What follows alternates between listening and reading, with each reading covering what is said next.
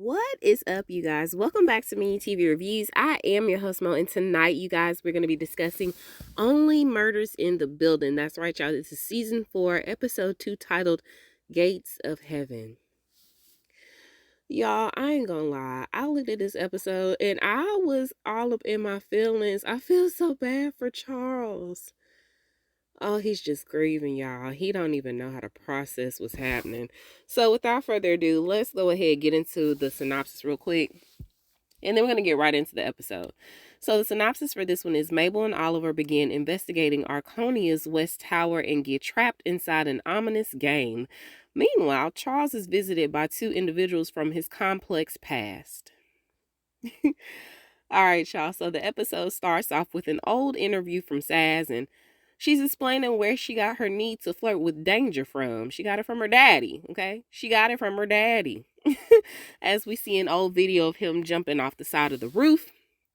Y'all, he jumped off that roof, and below was a trampoline, right? The Saz was already jumping on. Y'all, he jumped off that roof, jumped on that trampoline, and Saz went flying. And she got up, y'all, and she was like, let's do it again, let's do it again. And so she ends up basically telling us a story about how in life, you know, you're going to fall. You're going to fall quite a bit. But the thing is, you got to know how to get back up. You got to get back up and get back up with some vigor, okay? So as we see Charles, he's still covered in ashes, y'all. In her ashes. It's awful. He is trying to figure out, bless his heart, he's trying to figure out how to preserve what's on his hands, her ashes.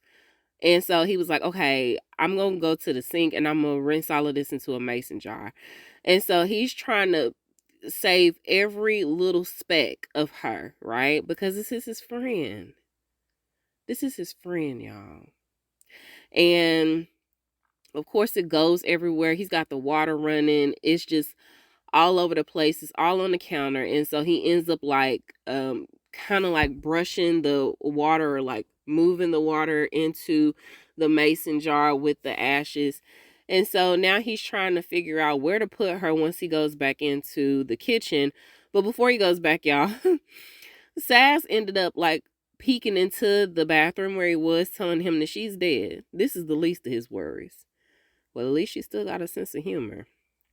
Y'all, I really do that hope stays with him from now on, at least until they solve her murder. I feel like after that, you know, then they'll probably formally say goodbye to her. But hopefully she can stay with him throughout the rest of the seasons for however long this goes, because I just love her. So anyway, he rejoins Mabel and Oliver in the kitchen. Like I said, as they're trying to figure out the trajectory of the bullet and how it came in, but it may be better to just grab some luminol and see where she fell first before we try to figure this out, because this is like 1,001 ways. Okay, so do y'all remember the show 1,001 Ways to Die? Y'all, I got my friend hooked on that show. I love that show. Anyway, back to this show. So they go over some of the notes found inside his apartment, but it's too early to figure out what they mean just yet. And so they end up calling 911 and they end up getting placed on the queue, y'all. There are 68 other people on this queue for 911. In the event of an emergency, hang up and dial 911. Apparently, you gotta wait. I'm sure they are being sarcastic with this number, right? And the wait, but doggone. 68 other people. So anyway, as they wait to to get their operator on the line, they start to go over the list of people in the West building. So they affectionately call it the Westies, and Charles is giving them each neighbor that he can see across the street. So in the Westies, we have Stink Eye Joe, because he's always winking with his stink eye. The Sauce family, who is always making some type of sauce. It's it's a wife, a husband, and a daughter. Okay, but they're always making some type of sauce. And Christmas all the time guy. because he's always got some type of damn Christmas sweater on, probably an ugly Christmas sweater, but he never takes his Christmas decorations down. And I'm wondering, does he still wear Christmas sweaters even in the summertime? Because it gets hot up there like it gets hot down here in the South. So anyway, that's no never mind. You got all three of those people, and then you've also got that random person in that one apartment that never opens their blinds. But clearly somebody's got to be there, right? Because the lights turn on and off. So we'll figure that out. So they give him the task to stay on hold, and they get ready to go over to the Westies. Now they tell him to text them now when 911 finally picks up. And while they're gone, they want him to start working on the murder board and order the luminol. And so because he realizes that they're trying to keep him safe, he's like, hey, I really want to work on this investigation. That's my friend. I feel like I'm doing her a disservice if I don't come with y'all. But no, they want to keep him safe. But honestly, though, I'm like, are y'all trying to keep him safe? Because low key, if that was me and I know somebody had been in my space, had invaded my space, has a key to my house potentially, or knows like a passageway to get in and out of my house, you think I'm gonna be staying in my house? Hell no. I'm going with everybody everywhere. We having sleepovers every night at somebody else's house, not mine. Okay? So he looks at the only interview that Saz ever did. And again, she's talking about the gates of heaven, which took a deeper look into what lies beyond this life. And Saz reappears, and again, he's still in denial. Okay, he's in denial about the fact that someone may have tried to take him out, but took her out instead. And so we're just trying to figure out who would want to do this. Okay, who hates you that much, Charles? But then again, I mean, what season? We're in the 4th season, so everybody has had their turn.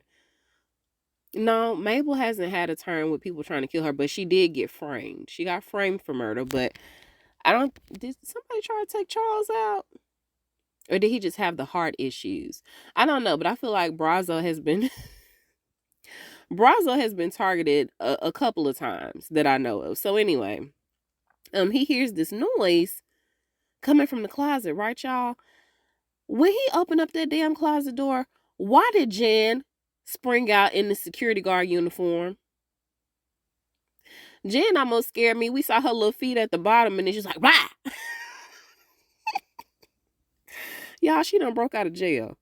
And so he was like, "Girl, how did you get in here?" She was like, "Oh, thanks to some parkour moves that Saz taught me," and her listening to his podcast, because he was giving away like the secret passageways that are in the walls and in the closets.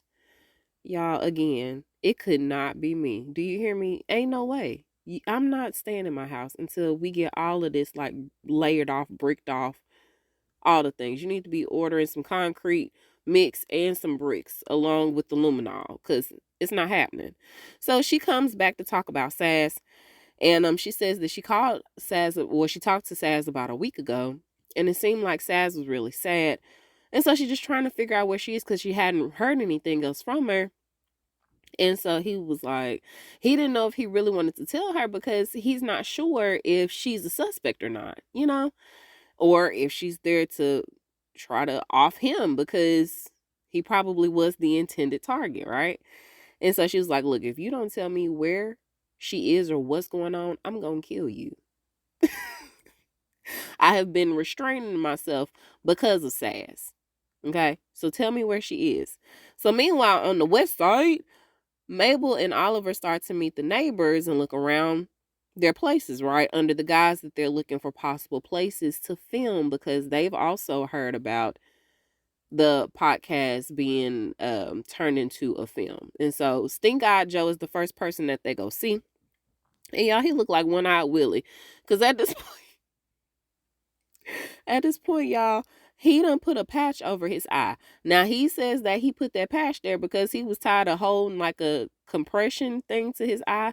Apparently, he gets pink eye all the time, and it just hops from eye to eye. And apparently, Oliver is queued up to get pink eye too, because, baby, the way that Stink-Eyed Joe was touching him, I was like, Oliver, if you don't burn that entire outfit that you have on, jacket included. Cause no, I don't know you like that. And then you trying to touch on me and you highly contagious? Nah, I'm good. And so, um, we find out that he actually couldn't have took the shot even if he wanted to because his windows are painted shut. And so they tried to lift up the windows themselves. They couldn't do it. Okay. So he's out. He then takes them to the Sauce family's apartment and we meet them. Now, the wife has the hots for Brazo. Like, she is truly crushing on Charles. Okay. And the husband said initially when they moved in, y'all, he was thinking about taking Brazo out. He was intimidated because his wife was just like so thirsty for him. um anyway, it's a laughing joke at this point. The husband has gotten over his jealousy. It ain't gonna happen. So back at Brazo's house, him and Jan are talking about how good of a person Saz was and how he had been close friends with her for almost 40 years. And then we get the mention that he was the one that gave her big break because, I mean, honestly, in the acting world, there are not a lot of women who are over 6 feet tall that need that have roles. And so for her to be his stunt double, he kind of opened up a lot of doors for her and carried her. When he had a big break, she did too.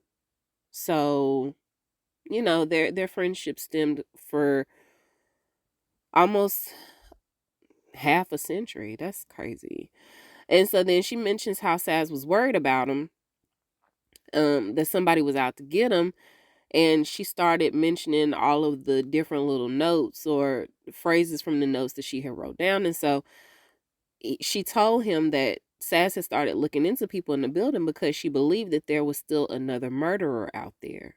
And I was like, from the Ben West thing or from somebody in general just out here just trying to take Charles out? So either way, she has to leave because Mabel and Oliver have come back and they're banging on the door. And so she was like, oh, I really wanted to make love to you one last time. And he was like, girl, we got time. No, we don't. I gotta go. She was like, but I'll miss you. And then she's right back in the closet. Now, as soon as he opened up the door, he tries to like signal to them, hey, be quiet. I'm finna open up this closet door. And so when he opens up the closet door, y'all, to try to show them Jan, she's not there. And so Saz ends up popping out.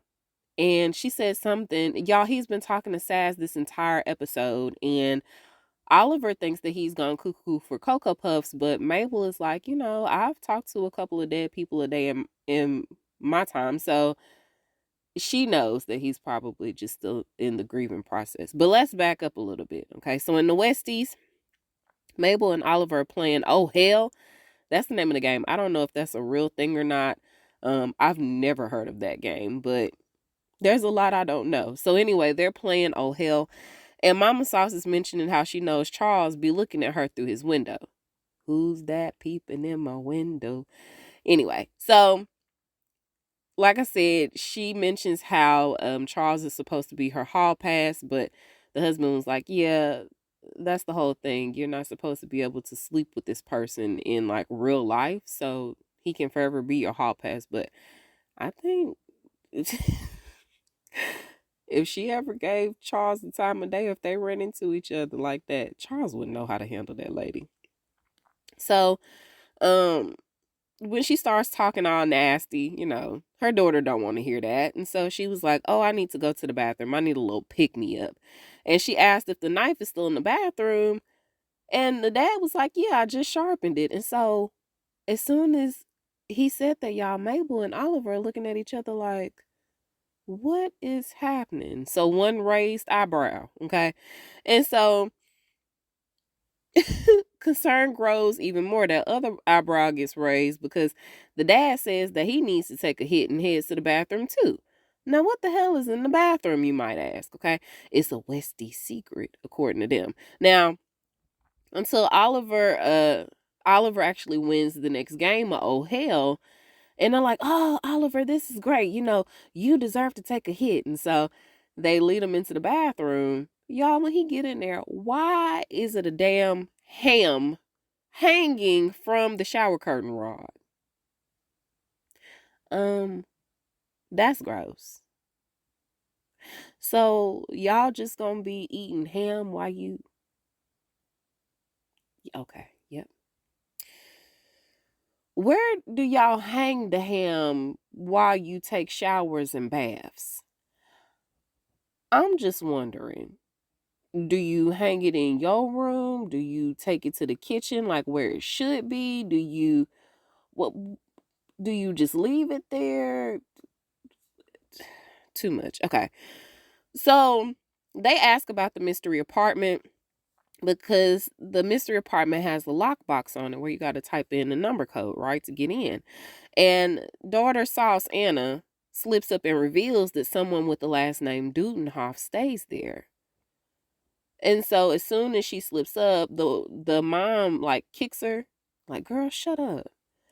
And so then Stink Eye Joe was like, oh yeah, but they're never there. I mean, they practically might as well not even live there because they're never there. I was like, okay. So they definitely clocked that. So let's come back to when they're knocking down Charles's door. So they report back to him, and they look at the murder board because he has started working on it and realized that the numbers that Sass wrote down might be the code for the lockbox over in the Westies, right? And so they go back over, they put the numbers in, and they get in. It's the code, right? So as soon as they come in, they notice that there's a footprint on the windowsill and the paint was chipped, which means this window can open and shut. Okay. And as a matter of fact, they try it and it does. So this may be the place where the shot was taken. So after they close the window, Oliver also notices that there's some tinsel left behind, which may be from like the Christmas sky. Maybe. So then it looks hella creepy in there. It looks dank and dirty. Just like nobody really lives there, excuse me, y'all. Like it's a completely abandoned place aside from people randomly coming in and out. And so I've got a theory about it, but we'll wait till the end. Like I couldn't sleep in there. I would have to sleep with all the lights on in there. It's creepy as hell. So Mabel makes mention of how this is a pretty big place. And so whoever lives there, they may have a little bit of money. Okay.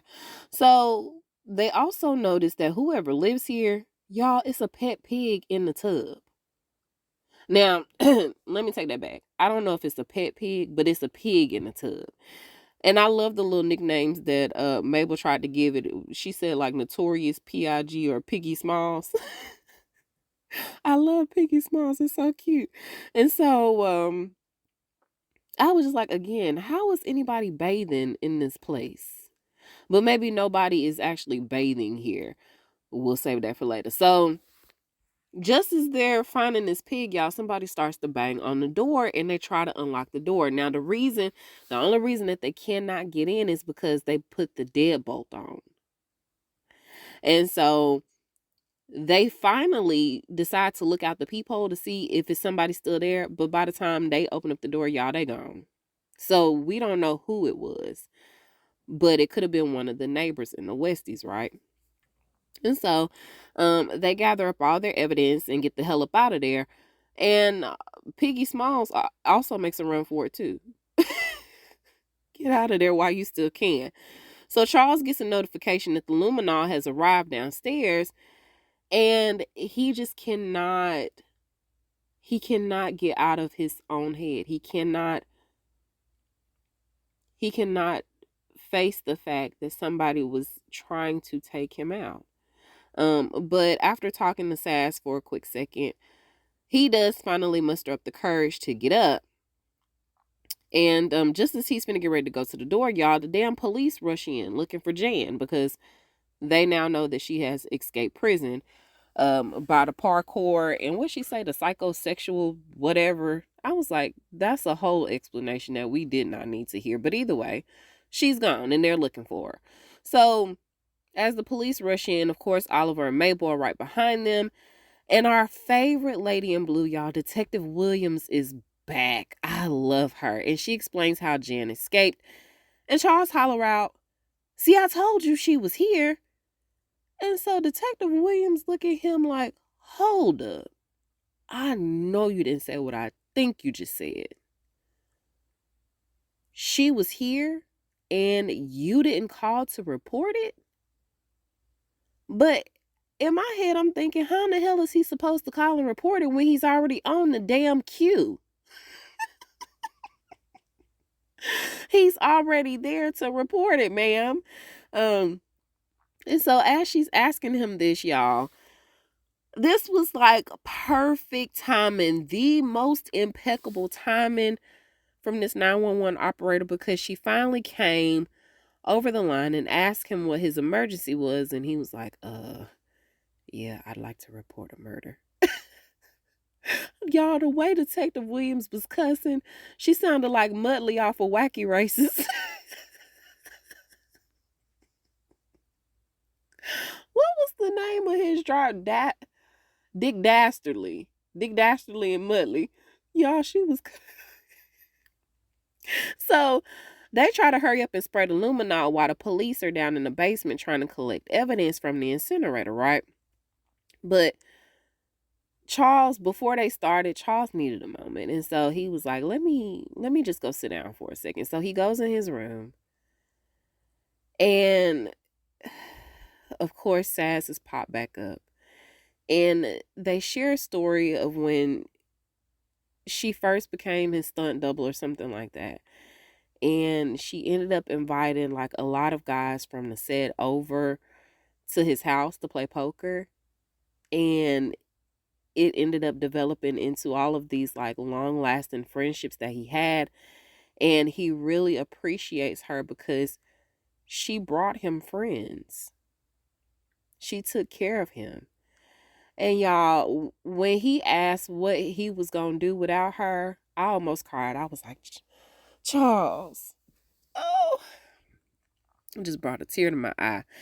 And so he finally collects himself and he rejoins Mabel and Oliver as the luminol starts to light up the floor. Now, as it's starting to glow, we see a message that she managed to write in the blood: tap in. Now, she explained that earlier in the episode, when you find your person, okay, for her it was Charles. Now, when they were doing these shoots on set, and once it got to the really dangerous part, she would say, okay, it's time for me to tap in, and she would do all the dangerous things, right? And so again, this was just so heartbreaking because it's just like, okay, I'm gone, and now I need you to tap in and do what you do best, and that's solve the mystery of who took me out. I was just like, oh, again, y'all, just hurts my heart. And so we then see another bit of her interview saying how when you find your one in life, you know, that'll push you, unlock parts of you that you didn't know you could tap into, you stick with them. Okay, that is your one. And Charles is her one, just like she was Charles's one. And so Oliver ends up knocking down one of the notes on the board. And when he picks it up, y'all, he notices that the lockbox code is actually a word upside down. It's oh hell, like the card game they just played. And so then they end up going to the window, and of course the Westies are looking over at them. They're looking over at the Westies. And Charles ends it by saying that they're no longer investigating who killed Sass. They're investigating who tried to kill him. And so now he is acknowledging that somebody tried to take him out. And Brazo is back in full effect, baby. And that's the way the episode ends. Now, as far as the theory goes about the random apartment, I feel like all of the Westies are using that for all of these random ass purposes. I don't know what Christmas guy is using it for, but who else would own the tinsel? I feel like the Sauce family is using it because, hello, piggies, ham. Maybe they, I don't know. I don't want to say that they finna get ready to slaughter Piggy Smalls that managed to escape, but maybe they were. And then I don't know what Stink Eye Joe would be using it for, but I feel like it's like random miscellaneous stuff happening in that random apartment. But it's a group collective effort for that apartment. But you guys, let me know what you thought about it. Like I said, whoever owns that, or maybe they're all chipping in to rent that one out. I don't know. Or maybe it's just a random rich person that owns it and it'll tie back. But either way, y'all let me know what y'all thought about this episode. You can reach me at Me TV Reviews on Facebook and on Instagram. You can also reach me at My TV Reviews Podcast without the S on the end at gmail.com. Y'all, I love y'all. Okay. I hope you guys have a wonderful, wonderful rest of your week. I hope next episode is not gonna make me as emotional as this one did. This one was deep. And maybe it's because, we all have those relationships where we have friends or really tight loved ones that we consider best friends, and you just hate to think about losing them, especially in that type of way. But yeah, I hope that next episode is a little bit lighter for us, a lot more funnier, and we'll get back to it. That's all I have for now, you guys. So until we meet over the airwaves again, I am Mo, and I'll talk to you guys soon. Bye.